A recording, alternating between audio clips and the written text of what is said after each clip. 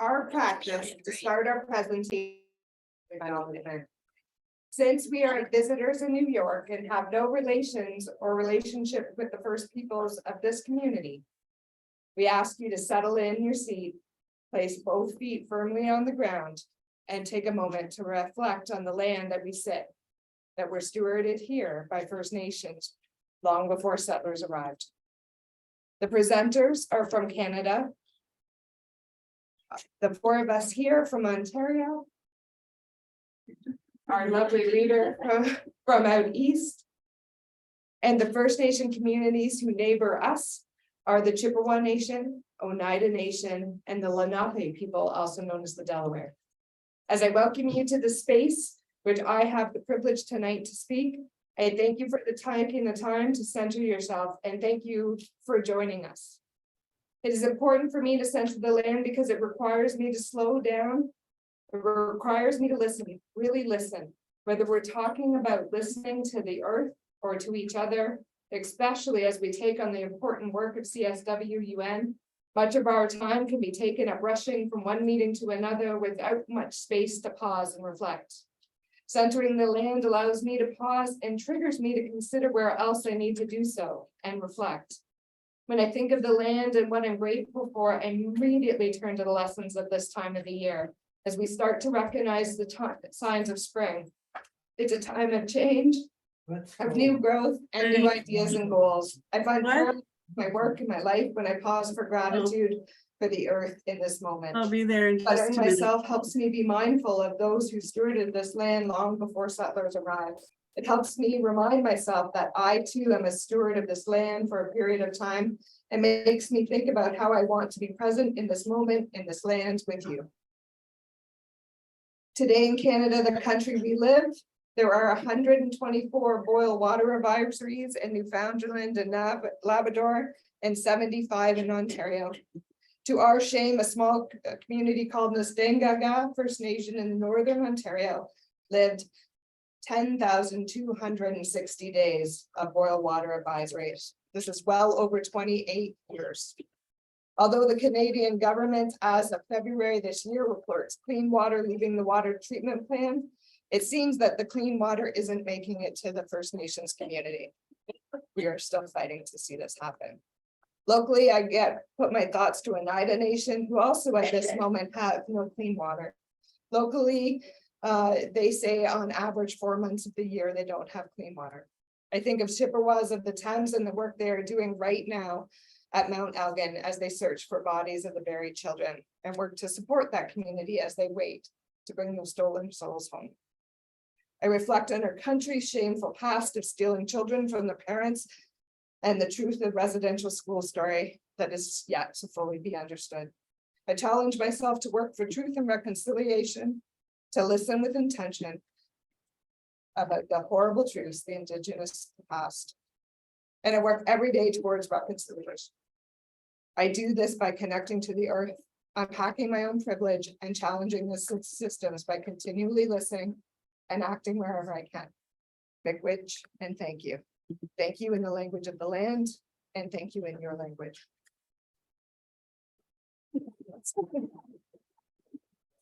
So it is my honor to introduce Amanda Devinson. She's currently serving as the Vice President of UN and CSW for the Canadian Federation of Business and Professional Women, while also serving as the President of BBW Greater Moncton, New Brunswick. She is passionate about the community involvement and has worked with a number of organizations in her city.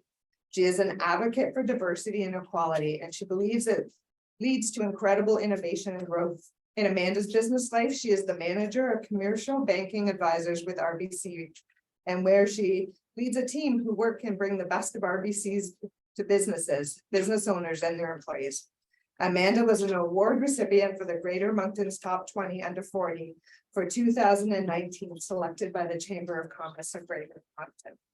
And I have to say, if it wasn't for Amanda, none of us would have made it here.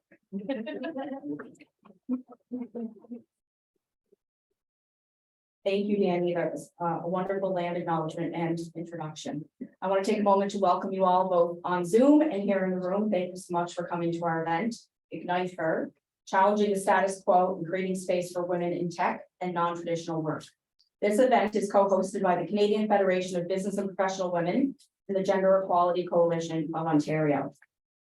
Canadian Federation of Business and Professional Women was founded in 1930 and is part of an influential international network of women in more than 100 countries crossing 5 continents. And we also have consultative status with the United Nations. We are a thriving community of women from all walks of life with the goal of educating and empowering women in Canada. We provide a training ground for developing professional, business, and leadership skills in a safe and supportive environment. Our members also benefit from expanding their networks and creating lasting friendships. Each year, we send resolutions and briefs to the federal government of Canada, which communicate the debated and agreed upon concerns expressed by our members from across the country. Our 2022 to 2024 priority issues are anti-human trafficking and reproductive rights and justice. The Gender Equality Coalition of Ontario was founded in 2019 to work to create communities where all individuals have equal access to every opportunity, unbiased by gender. They are committed to diversity and inclusion, valuing individuals from all intersectionalities, including genders, cultures, ages, races, orientations, locations, and abilities. Community representation is essential in the collaborative efforts towards gender justice. They believe that gender justice can only be achieved when all intersectional genders are included. For those of you attending on Zoom, if you have any questions, we ask that you please enter them into the chat box and we will look after them as we go along. In the interest of time, I'm going to introduce all of our speakers at once, so that way we can really focus on the content of their presentations and we're not kind of interrupted by me getting up and down. So we have Dr. Amanda Zavitz. Dr. Amanda Zavitz is a professor of sociology and women's studies at Fanshawe College and Western University. Her area of expertise is social inequality. She teaches courses related to gender, race, sex, and other forms of inequality. She has been a professor for over 20 years. As a professor, she organizes the Social Sciences Speaker Series, a series that engages students and faculty to engage in equity issues to forward positive and systemic social change in our society. In addition to her role as professor, Dr. Zavitz is the chair of the Gender Equality Coalition of Ontario. In this position, she advocates for gender justice by collaborating with organizations in her community to end sexism. Dr. Zavitz practices from an intentionally intersectional and inclusive lens. We also have Julie Neufeld.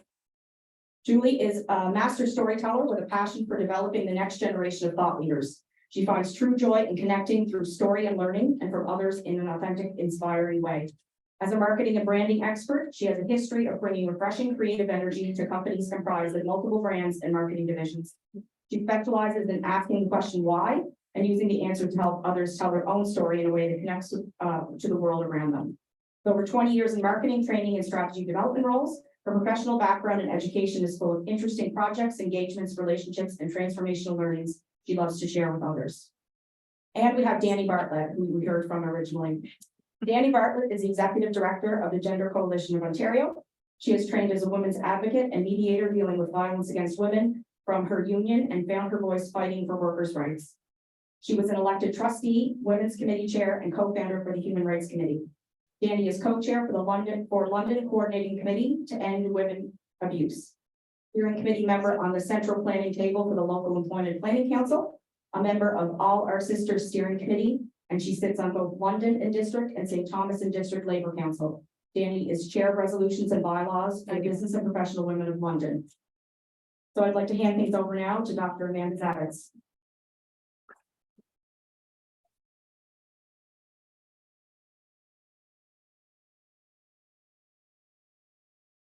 Thank you, Amanda, for the introductions, and thank you for BPW for allowing us to present at this event. Much appreciated. Thank you all for attending the event tonight. You know, you have many events that you could have chosen, so thank you for attending ours. And also thank you to the people who are online this evening. I think we have about 100 participants online at home in London, Ontario, and surrounding community. So technology in some ways is difficult to define. We know that technology is interconnected with globalization. Technology allows us convenience and connection. It is at the core of how we live our lives, do our jobs, engage with our communities, and connect to the world around us. We cannot, and most often do not want to escape it. In many ways, we simply cannot be without it. Technology has revolutionized our lives, or has it? Technology as an industry is extremely broad and highly varied. However, the broadness and complexity may be the biggest challenge as we attempt to analyze the impact of technology on gender or the impact that gender has had on technology. What we do understand is that technology is very much and historically been defined by gender lines. This has led us to ask several questions about the role that gender plays in the world of technology. Questions such as, why are more women not aspiring for tech-based work? What is holding women back or causing them to leave the tech sector? Is it the lack of access to roles or the lack of inclusion once employed? Is the undercurrent of gender-based stereotyping and sexism far more embedded than we know? And do women themselves contribute to this broken system? These questions sparked the idea of asking what we needed to do in our small corner of the world, London, Ontario, Canada, to inspire and empower women to use technology as pathways to transform their careers, their lives, and themselves. We developed a program that offered women and women identifying folk the opportunity to explore what a career in tech could look like for them. This idea lit a fire underneath us. It's actually been within my lifetime and the lifetime of many of you in this room watching the presentation online that the introduction of the internet and technology came to revolutionize our world. The World Wide Web was first available to the public in 1993, just 30 years ago. I was a university student using dial-up access when the internet first became available. Do you remember the days? It would take about 10 minutes to log on. Since then, technology has transformed or changed our lives in ways that we couldn't ever imagine. But in what ways? And how did this revolution affect gender equality? And how was the tech world impacted by gender inequality? From the Second World War to the 1960s, women were a critical part of the computing sector. Women were the largest trained technical workforce in the computing industry during that time. They operated huge room-sized computers that cracked codes, worked out military logistics, and made ballistic calculations during the Second World War. After the war, they would go on to civil departments, operating computers needed for the Canadian government and governments around the world. Researchers have argued that computer work is viewed as unskilled, highly feminized work. Women were seen as an easy, replaceable labor force for jobs that were critical, yet simultaneously devalued. Managers perceived women to be ideal for the computing industry because they didn't think they needed to be offered any kind of job security or career advancement. In addition, communications, relationship, and office work or secretarial work in general was defined as quote unquote women's work.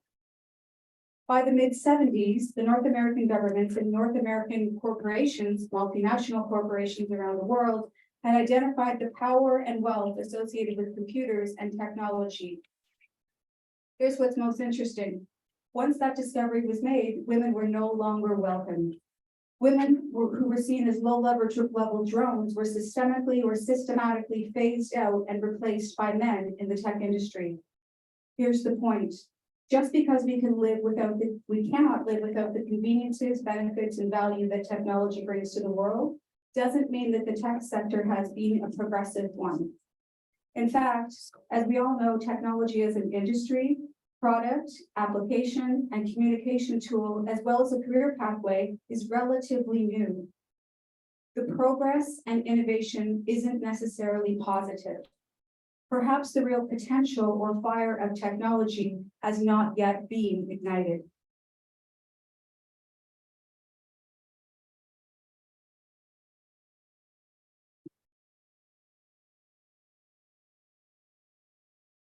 I'm just lurking behind her. Oh, wait, what are you doing? It's not my turn. Okay. Back from my searching them.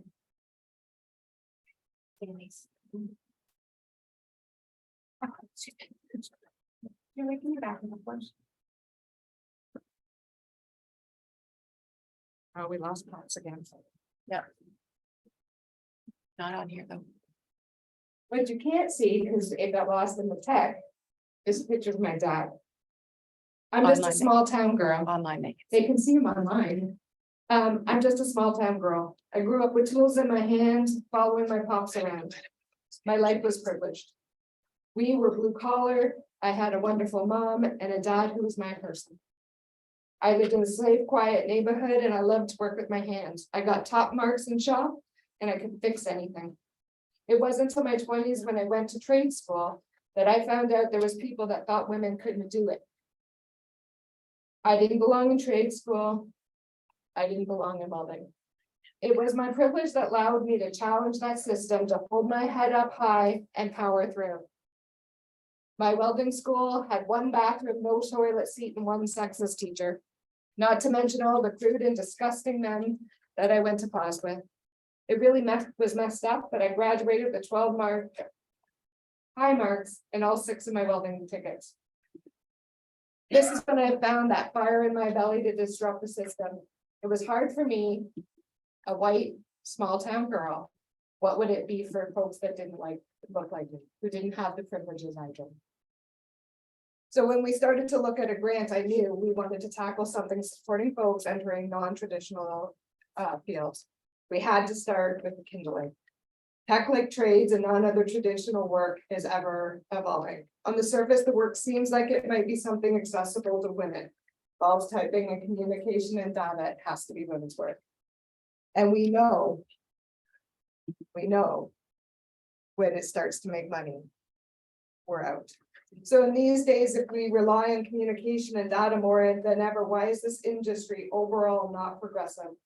Why is it not dominated by women? Is it possible that the tech industry is as closed to women as other sectors like trades, and even more closed off to women who don't look the part or fit the mold? This is where we find ourselves today, striking the match. Our mandate at Gecko is gender justice for all, and we believe that gender justice cannot be achieved until women, men, and gender diverse people are all intentionally included in an intersectional movement that changes the overall structure of society. When we were forming Gecko, I was asked why. And the answer at the time was, I want to burn down the patriarchy. I have been challenged on this over and over, and at times we have to work within the system, but we should always be disrupting and dismantling, whether from the inside or throwing matches on the outside. So we decided for the grant to focus on tech. We have a large tech community and some amazing community folks to lean on in London, Ontario. There are many directions we could focus efforts, no shortage of tech areas that needed to be dismantled and reshaped. And many educating the community around us conversations still to be had.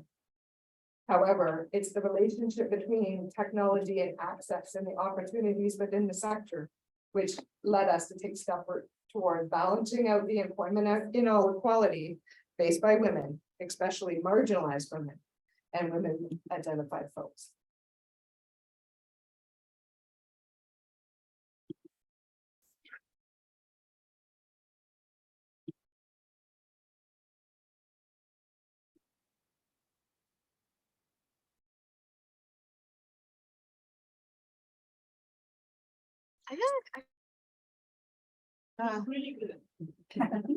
What is igniteHER?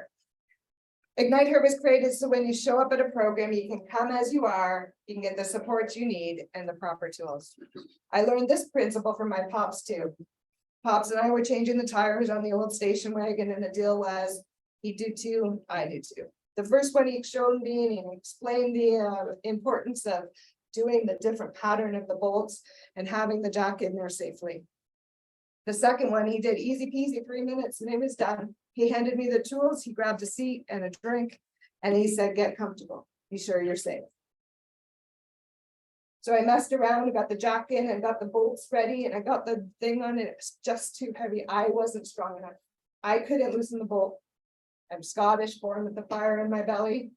I got a little mad. My pop stood up and I said, I'm not strong enough. Pop stood up and said, it has nothing to do with how strong you are. It has everything to do with the tools. So we went and got a longer torque wrench. It's some science about torque. We got a longer wrench and a bigger hammer, and I changed the tires myself.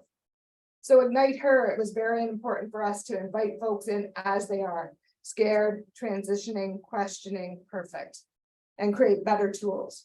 We don't have to change, the system does. We are all ready to learn, to work, and to blaze. So we sold this tool, Dismantle Patriarchy, to the funder as a program that supports access. Our program is about the promotion of accessibility. Our program is unique because it breaks down barriers for women and individual WomXn folks. The entire program is premised on the idea that letting WomXn come as they are. It is about accepting who they are and changing the system to allow women who have traditionally been left out access. How the idea and beliefs are at the foundation of the program reflect the goals of Gecko as a change maker. Access, inclusion, equality, opportunity to rise up, motivation to believe in yourself and know you can move into stable, secure work. The Skills Development Fund, and we would like to thank our funders. This is an Employment Ontario project funded in part by the government of Ontario and Canada.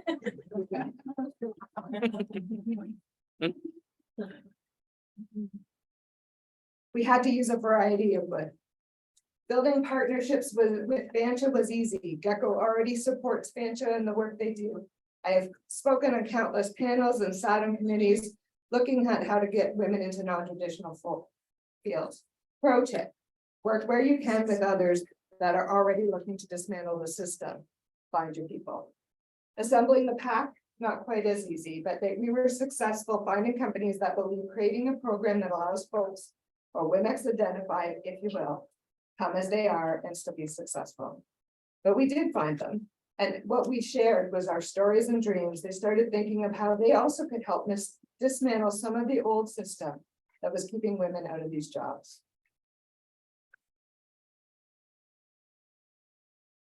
Building the bonfire. London has a huge tech landscape with many big players in tech communication and the gaming world, and it has plans to attract more. It was not hard to find employers interested in participating in a program that would bring them new talent. We did all the usual marketing through radio, social media, and through the systems that already exist. But Gecko's mandate is always to be intentionally inclusive, which meant we had to find ways to get the message to folks traditional methods wouldn't reach.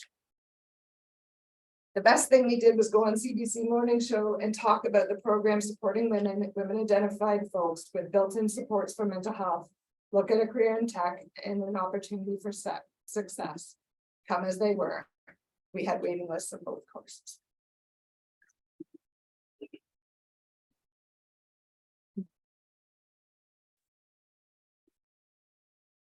So a project like this takes a lot of logs to help get it going.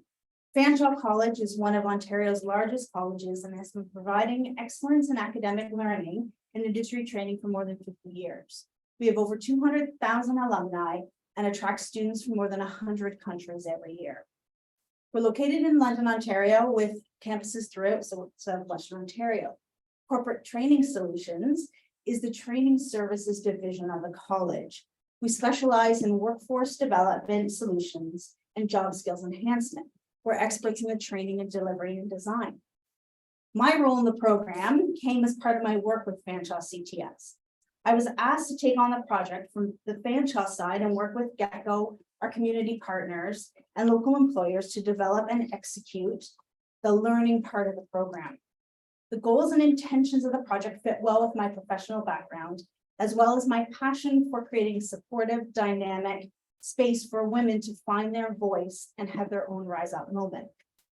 And the reason is because I've had my own rise up moment recently. I have been there where I've heard that inner voice, that quiet, that voice that comes to you that says, you are more, you can do more. I have worked in environments where all of a sudden I can hear that voice saying, it's time to try something new. You have more value. And I've heard that voice at different points in my career saying, is this all there is? So I have recently, in the past couple of years, taken my own leap of faith, found my own self-confidence to embrace a whole new way of working. I found my fit. I am the happiest I've ever been in my career, and I'm working in a way that truly fits who I am at my core. And it was an absolute privilege to be asked to come and be part of a project that could potentially help other women and women identified find their own voice as well. I'm working in a way that helps me rise up every day, and I was looking forward to being part of that for others. So, of course, taking the vision that Gecko had for the project and its goals and building it into an 8-week program took work with our program advisory committee and other informed subject matter experts. We spent time discussing what it takes for it to have access. How do you get entry-level tech jobs? How do you access promotion opportunities if you're already in tech jobs? We wanted to uncover what women identified needed in order to remove barriers in their life. Or if they may not have otherwise had access to opportunities to even know how to build their skills, how could we help them find that? And how could we support them in a way that would allow them to rise up and push against their own barriers and use any newfound confidence we can help them build to gain access to entry-level roles in the tech sector? How can we set them up for success and help them design their own future? So we started with one simple question. What do participants need in order to gain access to entry-level tech jobs? So if you look at the pictures, the picture on the right, the sticky notes and the dots, shows the breadth and depth of the answers to that question. So there are many ideas on what our participants would need to gain access to entry-level roles. What do they need to be employable? The Post-its represent single ideas. We had everyone put a single idea. There are words up there like Excel understanding, UX understanding, social media knowledge, working as a team, customer service skills, etc. So we had to ask ourselves, from here, how do we choose one learning pathway from all of this knowledge? And that was the next stage of our discussions. And we had the group use the dots to narrow down all the potential topics into core must-haves and nice-to-have. So we recognized early an 8-week, 16-week program would not turn anyone into a master programmer. No one could become a master coder in that time, nor could they become a social media expert.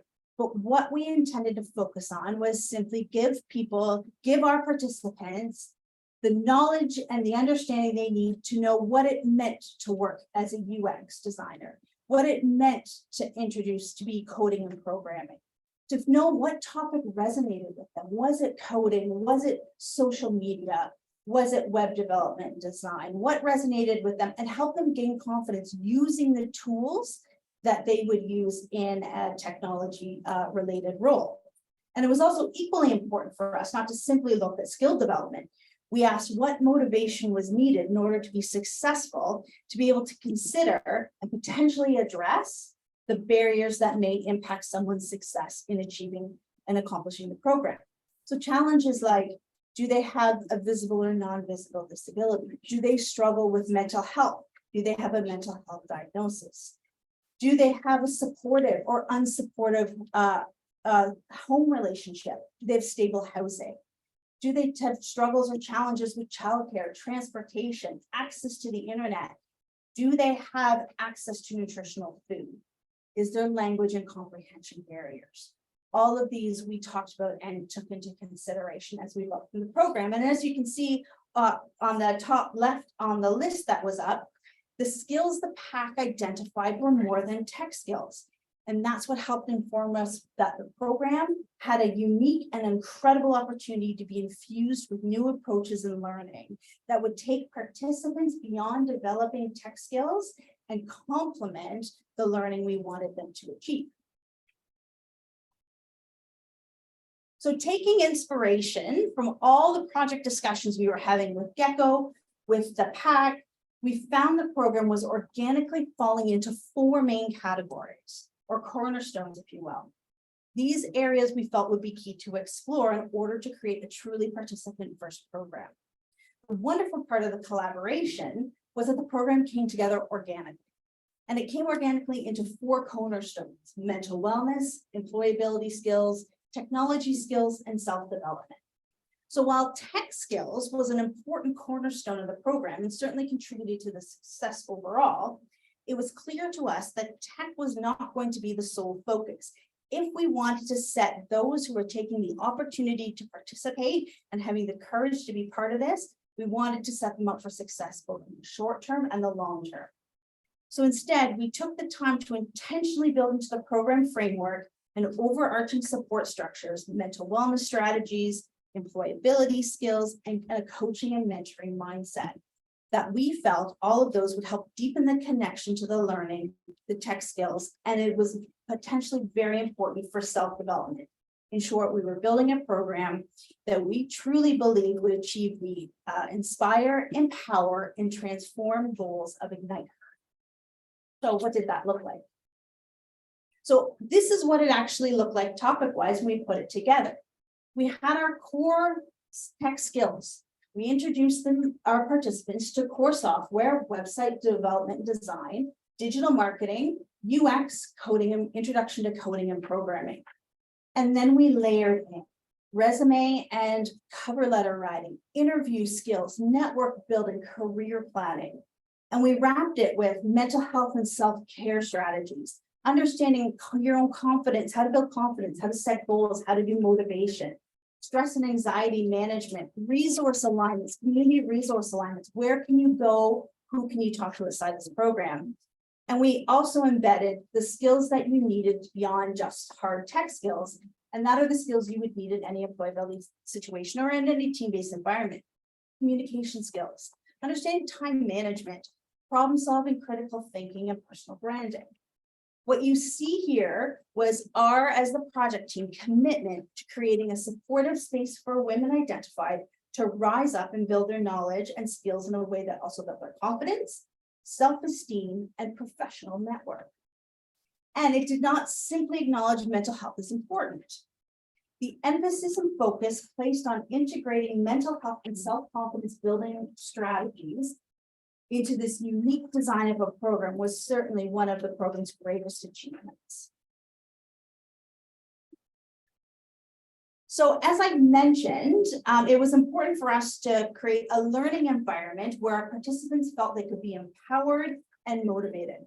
But this also meant, how do we create a schedule that was flexible yet manageable? So we worked to design the program learning content in a way that participants could be highly self-directive about how, when, and where they learned, and how they would complete the weekly modules. The learning modules contained a mixture of live learning sections as well as asynchronous content and assignments that they could complete. It was all designed to be done at a pace the participant felt comfortable working at. If a participant was unable to attend a live session, then they were able to watch the recording and participate in the discussion boards.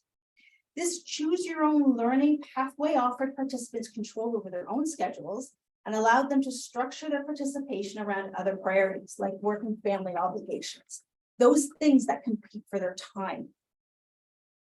In a follow-up survey to the learning, the majority of participants agreed or strongly agreed that they enjoyed having the flexibility to choose their own schedule for completing the self-directed or asynchronous instructional content and or watch or attend the virtual sessions. While having a more open learning timetable for the program was successful, it was not without its challenges. So not all live sessions were well attended, which meant participants watched sessions more than they attended the weekly live facilitated ones. While watching the recording instead of attending the sessions would fit with the participant schedule, it did mean they missed out on valuable opportunities to ask questions of or learn from the tech experts that were facilitating the learning. They also missed out on potentially networking opportunities they could have with their fellow participants who were on the live session.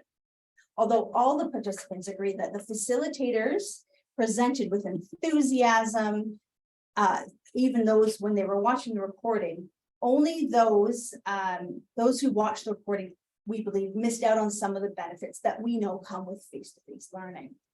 However, by creating an opportunity or creating a program which seamlessly weaved together synchronous and asynchronous learning opportunities, we did give the participants the opportunity to practice with and develop higher skill level with those computer software programs, virtual conferencing tools, and web-based resources that are most commonly used in tech sector roles.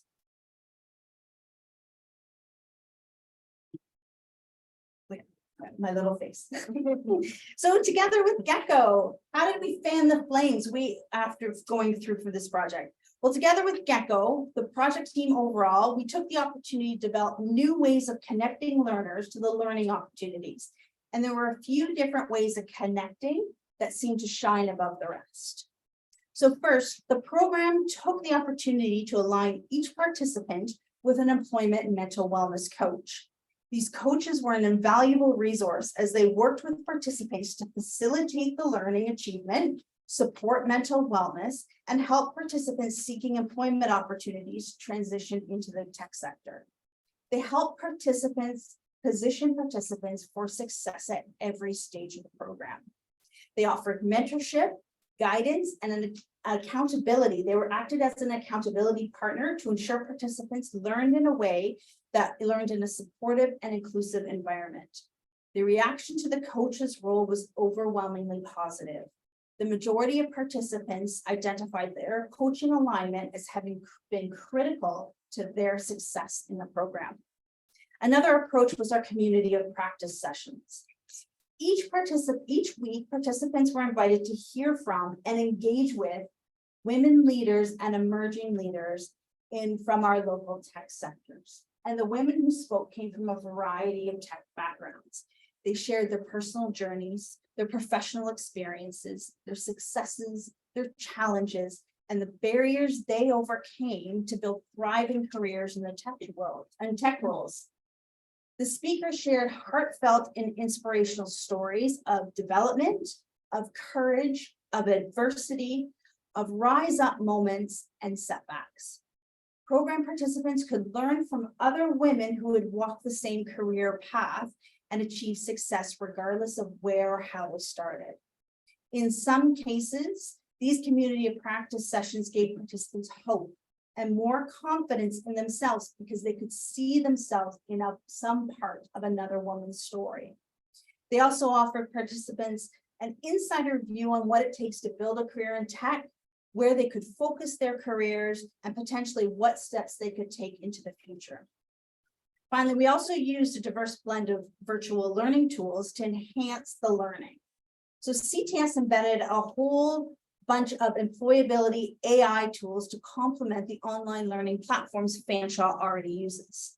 We use multiple virtual resources, and by using this, we opened up a whole new level of personalization to the tech training content, and it allowed participants to develop their employability skills. It allowed them to learn to write their resumes, cover letters, do AI interviews, so they had a better feeling of how to do an interview in a much more interactive way. And finally, we dedicated 2 weeks of this program to mental wellness and self-care.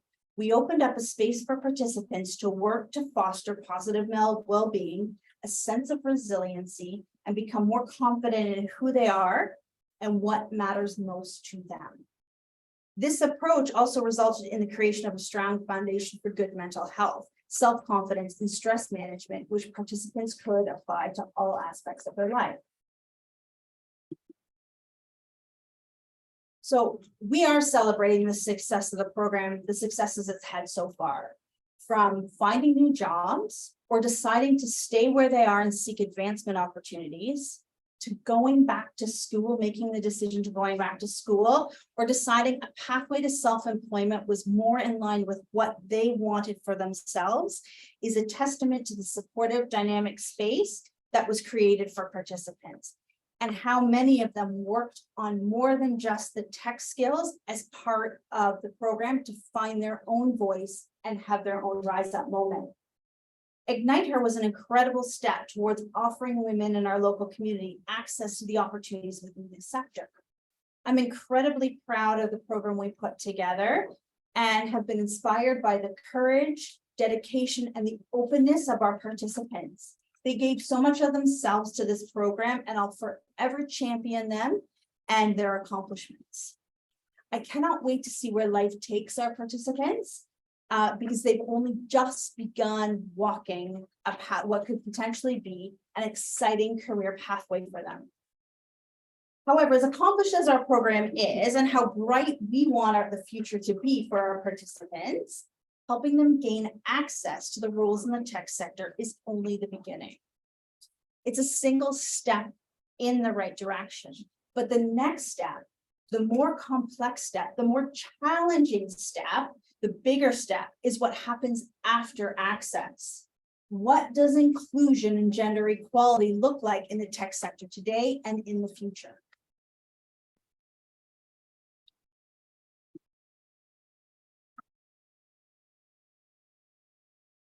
Thank you. When I hear Julie speak, I hear two things. One, I hear her talking about an amazing, innovative, and successful program that we offered women and women identifying folk, an opportunity to access the world of tech. Two, I hear that what made the program most successful was the wraparound services, the mental health and job supports. Let me ask you, will these wraparound services be provided in the male-dominated fields of technology once they arrive? No, we don't think so either. Sharing heartfelt stories, finding a voice, self-care, motivating, lifting others up, personification, development, hope, collaboration, choosing your own schedule. These are very female identified or feminine ideas or characteristics. The igniteHER program is successful, but it's very female centered. All of the wraparound services allow women access to the field of technology, but it does nothing for them once they arrive. igniteHER is simply a starting position to begin to tackle the barriers of access to the tech center. It's what happens after women gain access that we now want to shift our focus to in this presentation. Without inclusion and the need to challenge the sexist and misogyny that seems to be almost embedded into the world of technology, we will never truly achieve an inclusive and gender neutral position in the world of technology or anywhere else, quite frankly. So we are stoking the fire. I'm a feminist. I feel like I've always been a feminist. Maybe I was born a feminist. I've learned that women have fought for access in the first wave of feminism and then fought for the right to be treated equally within the realm of the second wave of feminism. The third wave of feminism was all about intersectionality. How many of you in this room have been taught that same lesson? How many people know about the waves of feminism?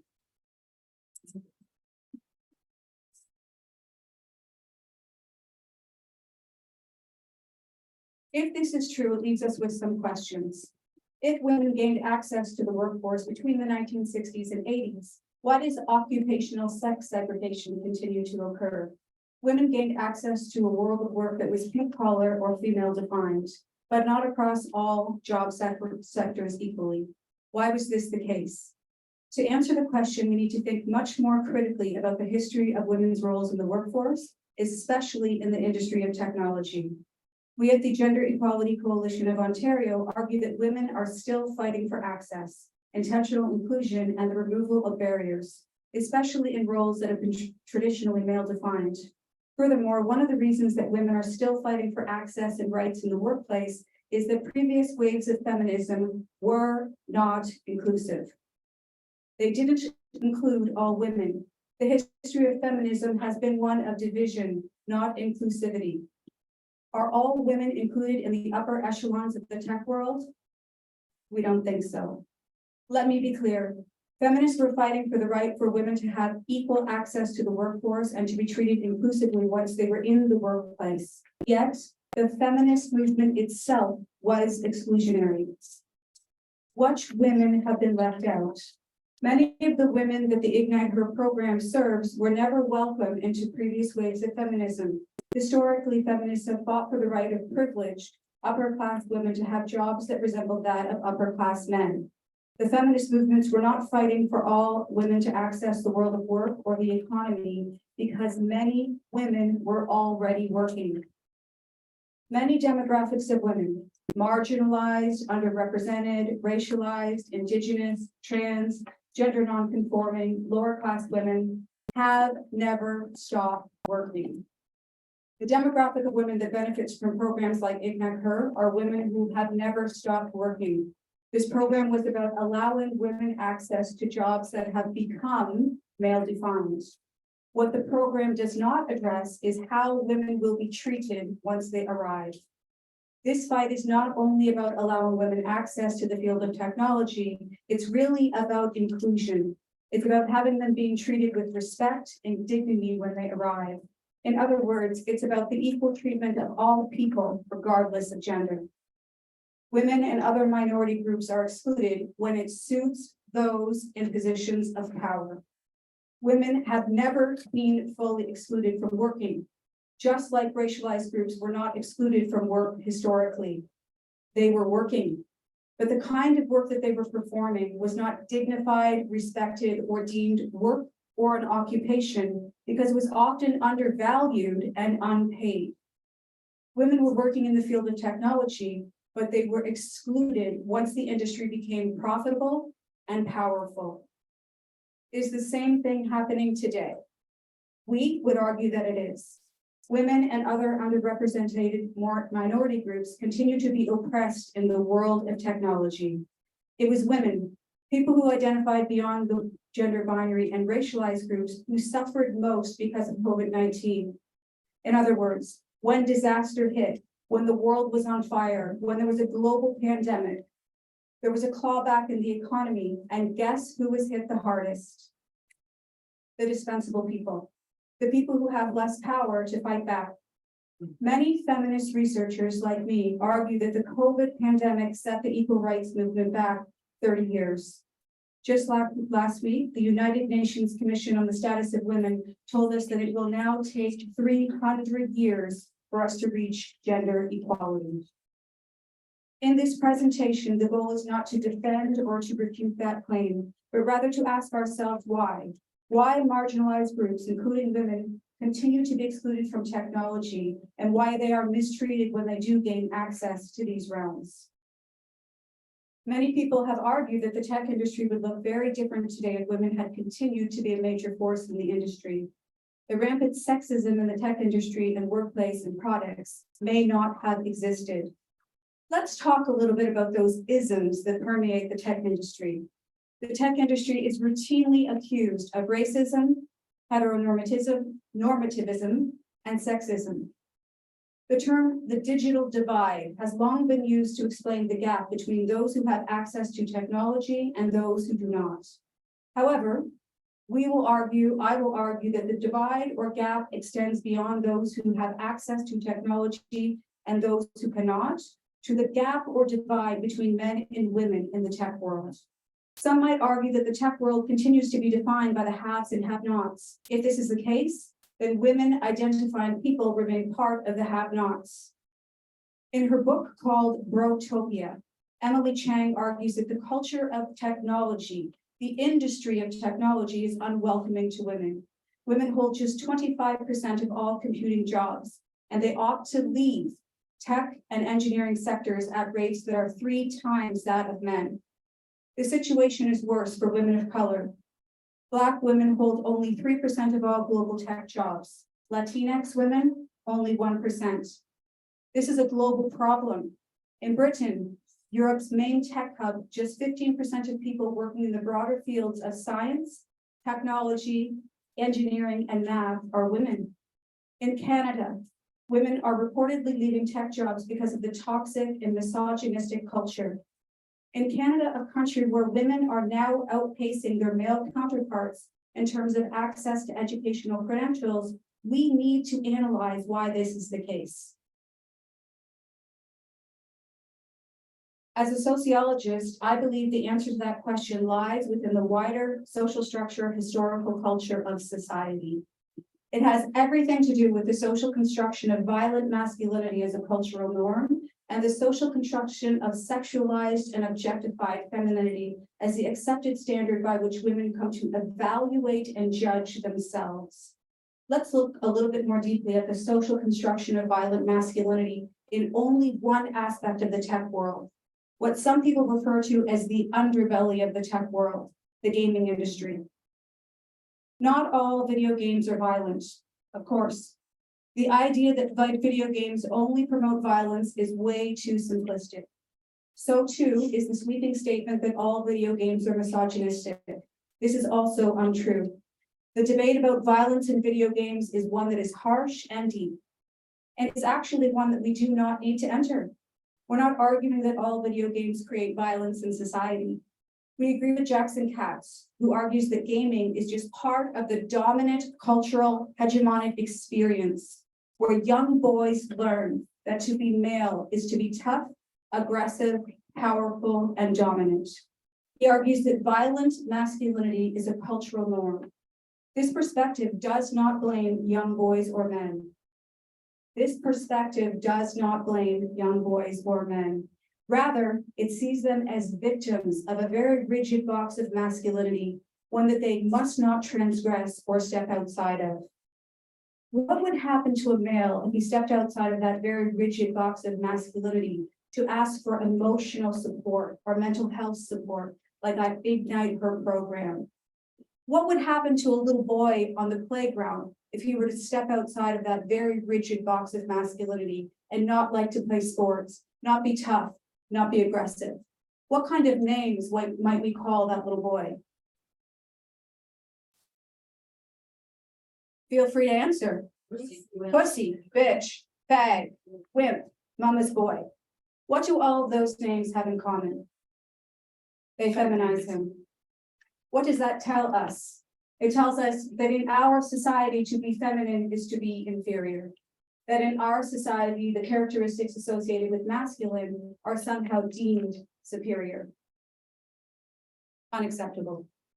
When we expand this argument to analyze the experience of women gamers, the evidence of violence becomes more vile. It's an accepted cultural norm that women will face discrimination, sexist comments, sexualization, and even violence in the gaming world. This happens to women gamers in chat rooms and in multiplayer games.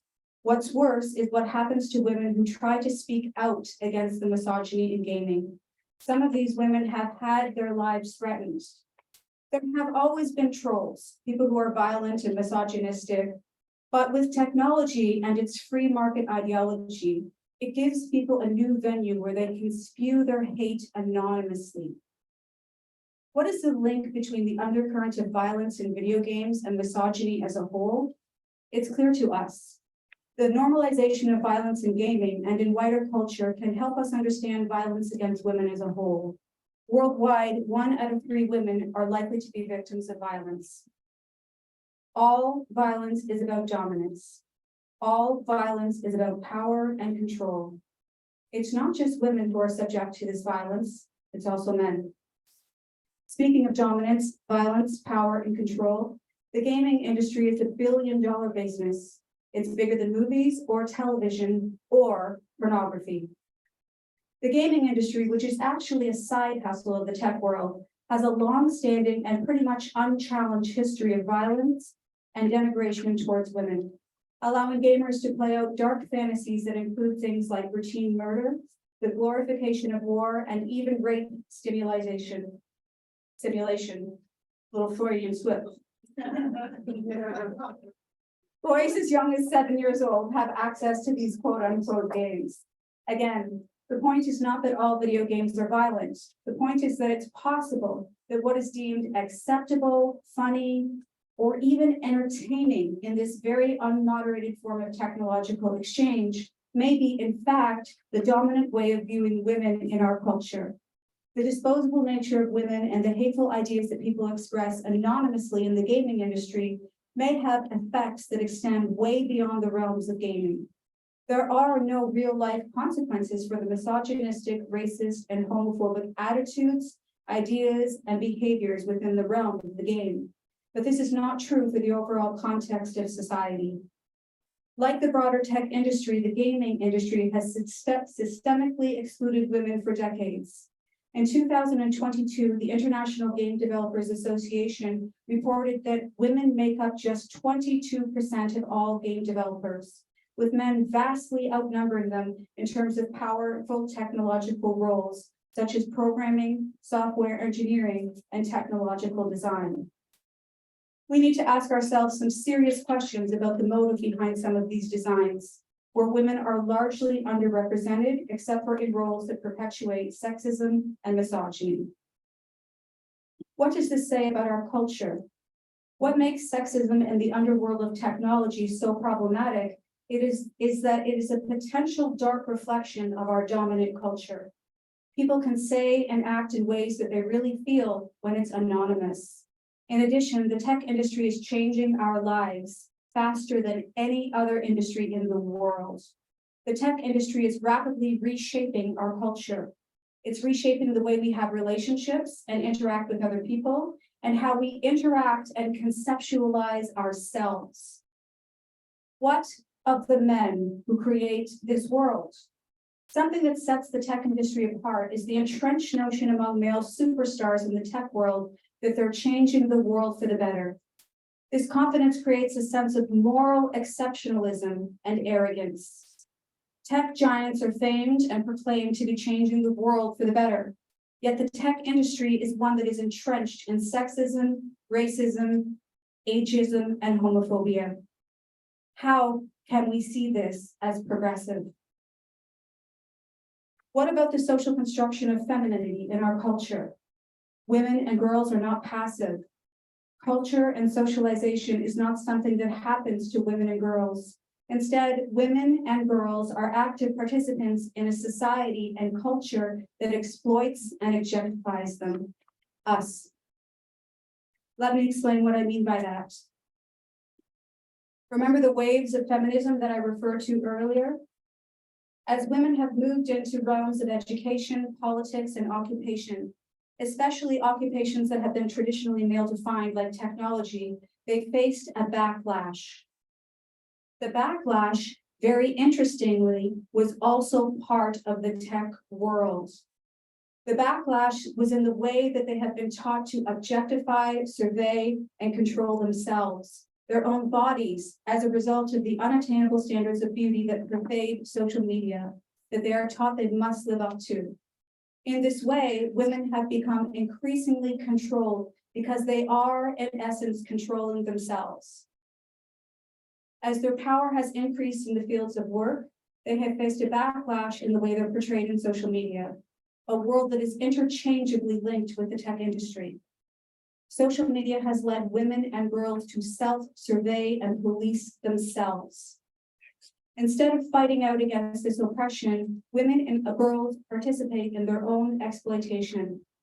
Women actively control their own bodies, shapes, voices, selves, in a manner that is consistently sold to them as the norm or standard by which they must evaluate themselves and live up to. Young girls learn that their value and worth is wrapped up in their appearance. Social media exploits women by shaping ideological standards of beauty that are completely unachievable. This is perhaps the ultimate form of social control. Why are women underrepresented and disrespected in a world of technology?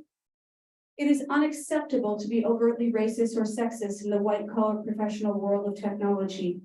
And we are actually not arguing that the white-collar professional world of technology is overtly discriminatory, racist, or sexist.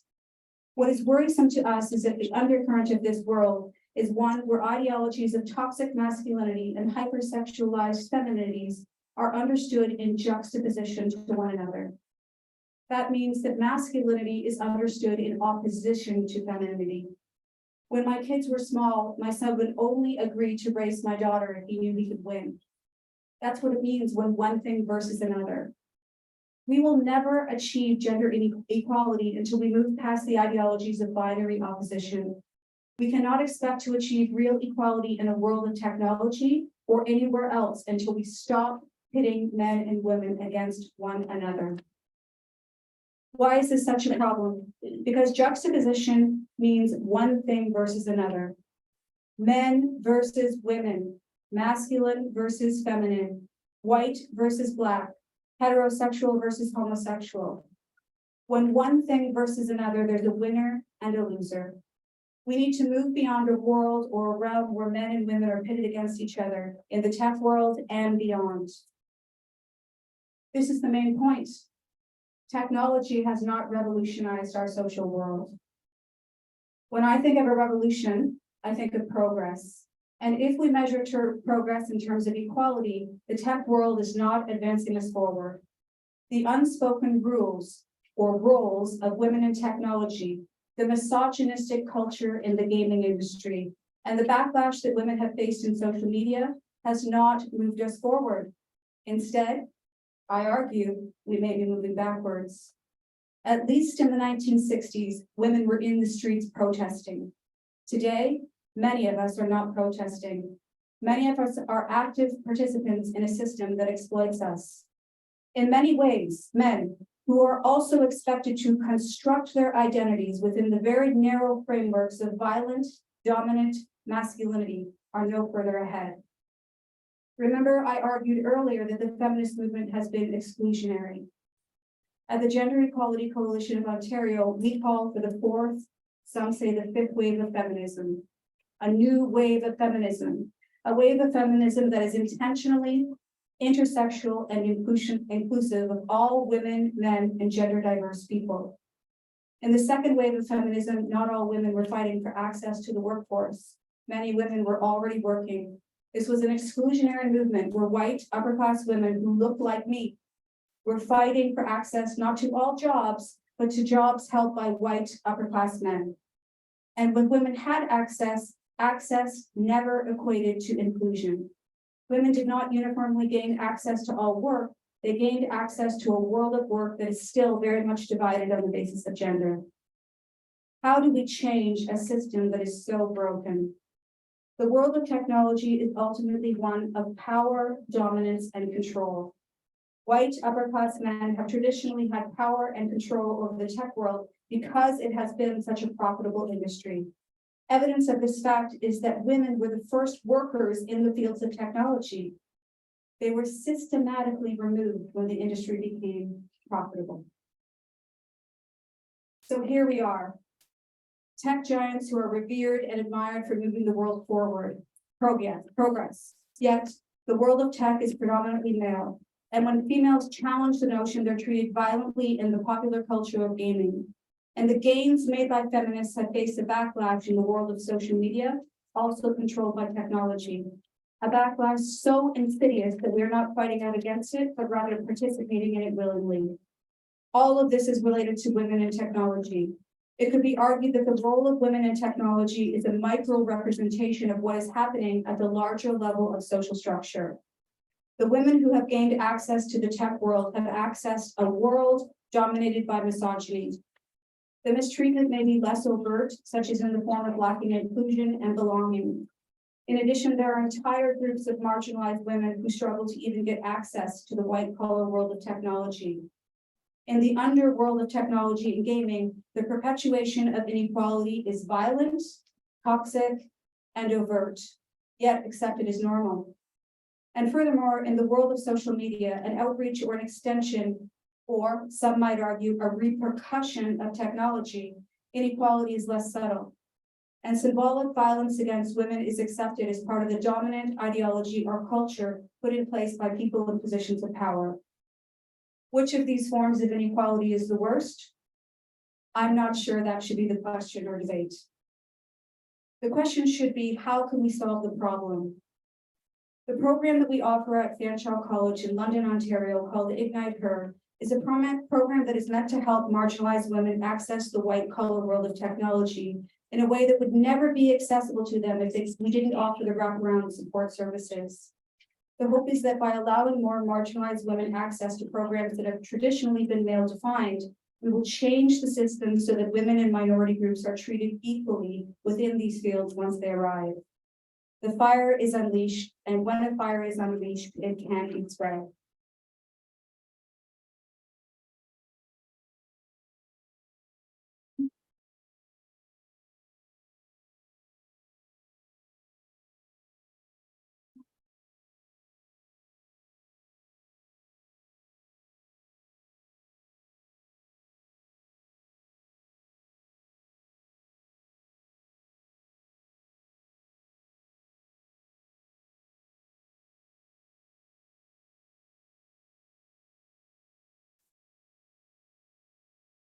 Dr. Maya Angelou said, we can do better until we know better. We can't do better until we know better. I'm an educator. What we can change, the system, education, access, rights, remove barriers. This is where igniteHER fits in. This is a program where we allow women identified folks who are underrepresented, underprivileged, and offer lower class, not just the rhetoric opportunities, but the direct skills that allow them access to a field that have typically been denied. We will continue to ignite, inspire, empower, transform, lift up, elevate, support, and remove barriers to access. We will continue to do all that we can to allow underrepresented groups access to those votes so they can be included and change the level of structure.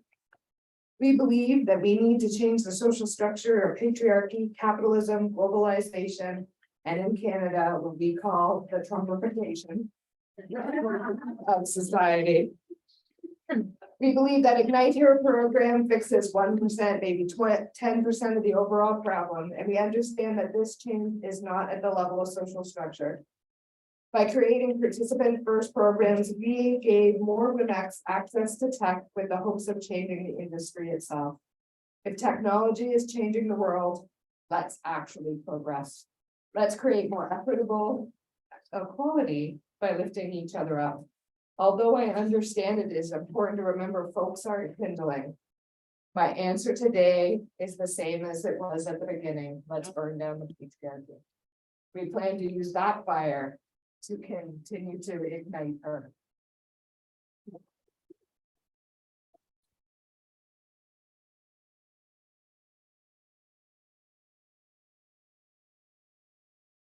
Thank you, ladies. That was extremely empowering. I was over there, I got chills. So what we're gonna try to do is open it up to the floor first, the people here in person. If anyone has any questions for the group, please let me know. Hands up, stand up. I always have a question. How do you make a wave? So the question is, how do you make a wave? Good question. So. It's a full moon. Yeah, it's a great question. Yeah. So the third wave of feminism was actually started when someone declared it the third wave of feminism in Miss Magazine. So some people would argue we just need to declare a new wave of feminism. And it's debatable whether or not we are actually in the I fourth wave. declare. Me too. I declare a new wave of feminism. Any other questions? How can we work with leaders about this and then empowering them, realize that So when you refer to this, do you mean the social construction of masculine and feminine? Good question. So I work with teenagers as an educator. I'm a college and university professor. So every day when I wake up, I plan to change the lives and the perspectives of the students who are in the chat room or online in this presentation right now. If you have teenagers, a good way is to try to first understand what's happening. So we can't really change the way that masculinity and femininity are socially constructed until we start to understand what's happening. Once we do, we can begin to break down or remove some of the stereotypes associated with both of them, I think. Other questions? I want to have a bit of an answer to that too. So I work every day with construction workers. I'm work at Lions 1059, which is a construction trade union. And so working with men too. Part of it is like telling your story and expecting them, telling your story with empathy. Like, I'm going to tell you what it's like to be me, working with all of you in a sort of kind and compassionate way, and not expect them automatically to be defensive, even though likely they will be. But it's that sort of being vulnerable and honest in the moment, even if it's hard. Anybody else? Should we want to do the online question? We could do the online question. Oh, yeah. We've declared the wave. Yes. So what do you want us to do now? So if we declare the wave now, what's next? I'm really excited that we really declared the wave. We did. So I think one thing that we could do is start to share on social media fifth wave of feminism associated with CSW. Because this is a great way of, people aren't talking about this. I've never heard other sections talking about it, but we could begin this wave by beginning to use technology in a good way by talking about the fifth wave of feminism. If we know that we're starting a conversation around it, people may start to ask, what is the fifth wave of feminism? From our perspective, what's important about the fifth wave of feminism is to move beyond some of the problems associated with the third wave of feminism. So the third wave of feminism was highly critical of what happened in the second and first wave, and they wanted to create more intersectionality and remove the lens from these center figures more to the margins or edges. But as a women's studies and sociology professor, I argue that the problem was that we became too focused on individual narratives and we lost the emphasis associated with social structure. The social structure is associated with capitalism and patriarchy and the Trumpification of society. Okay, so in the fifth wave of feminism, we need to bring the emphasis back to those social structures. We need to be able to gather as women and begin to understand how we can start to dismantle some of those structures that create the social construction of masculinity and femininities that are actually dangerous to both men and women. So one of the other things that we feel is important about the fifth wave of feminism is to include men. And that's a bit of a statement around here. But we believe that gender is constructed, masculinity and femininity are constructed in ways that disadvantage both men and women. And that unless we start to get men on board, we're going to have a difficult time with our fifth wave of feminism. So what differentiates what some are calling the fourth wave and what I'm calling the fifth wave of feminism is really attempting to tackle some of those systemic barriers and also to include men. And gender diverse people. Good one. So, in the fifth wave and in consideration of technology and its role and the fact that it's not going to be, what can we use technology for to help us? So the question was, you've been very critical of technology in your presentation. You've argued that technology may be in fact setting us backwards.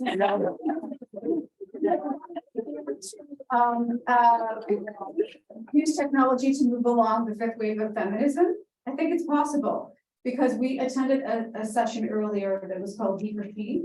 And we learned in that session that they were creating gaming apps that were inclusive and that were about the promotion of gender equality. So it is possible to use technology in positive ways and perhaps in ways that further social movements like the fifth wave of feminism. What we're seeing is that that's not happening yet. And perhaps those of us in this room can be the ignition. How can we align? Because I belong to BPW and I belong to the sort of feminists and to the business leaders who they are not for. And I miss that. And I seriously think we should use technology for our benefit, some of our advantages. And I think we should just do it, align ourselves, like it, just do it, and go with our hearts. Well, I'll just say that, when we, Canadian Federation of University Women created the GECO coalition. And then, I got lured into BPW, and then I lured my sisters into BPW, and we are in London, at least creating this sort of coalition of women that are like-minded and doing the work throughout these organizations. So it's possible. Except what we find now in London is that it's all of the same women doing all of the same work. But we're calling in people intentionally. And so, when we have meetings, we're bringing our friends, that our friends can carry some of the weight because the water's heavy. And in the past, the social movements that have occurred were about grassroots organizing. So it was women's groups that were connecting with one another. They were grassroots organizing. That's a potential way to use technology for positive social good. Another question. I just want to say, BPW has last year was special directory. So each one worldwide can have its own, her own business. That would be also possible with equalizing. Yeah. Yeah, probably one of the only organizations. So finding ways for organizations to connect to one another. And in truth, that's what we're meant to be doing here at the United Nations Commission on the Status of Women. But what we're finding challenging as a group is that we're going into the meetings, a lot of time what we're hearing is very bureaucratic. And we're not getting opportunities to network and connect with one another on the ground in terms of social grassroots movements. And the Gender Equality Coalition of Ontario, we're open to connecting with any group to try to collaborate because we really do want to move the fifth wave of feminism forward. Which began now. Began now. Question. Here, we represent one of the world's largest student-led nonprofits, ISIC, and we're recently specialized in nuclear development opportunities. So my question is kind of simple. First, I think you kind of addressed it, but maybe if not elaborate, but the role of NGOs when it comes to spearheading, the wave of feminism, but then also like the role of youth and what we can do, to help the cause and help with. That's a great question, and I'll allow the panelists also to answer. We think youth are the way forward. Young people have to. And gentlemen, that's a great leader. All the having and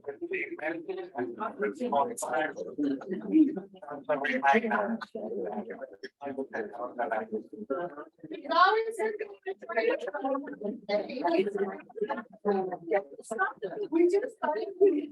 We just started. Now we have a reminder that we almost have to end.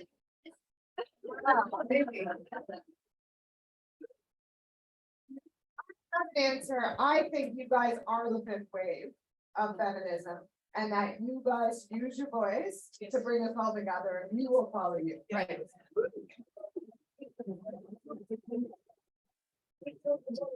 Any other questions, comments? Yes.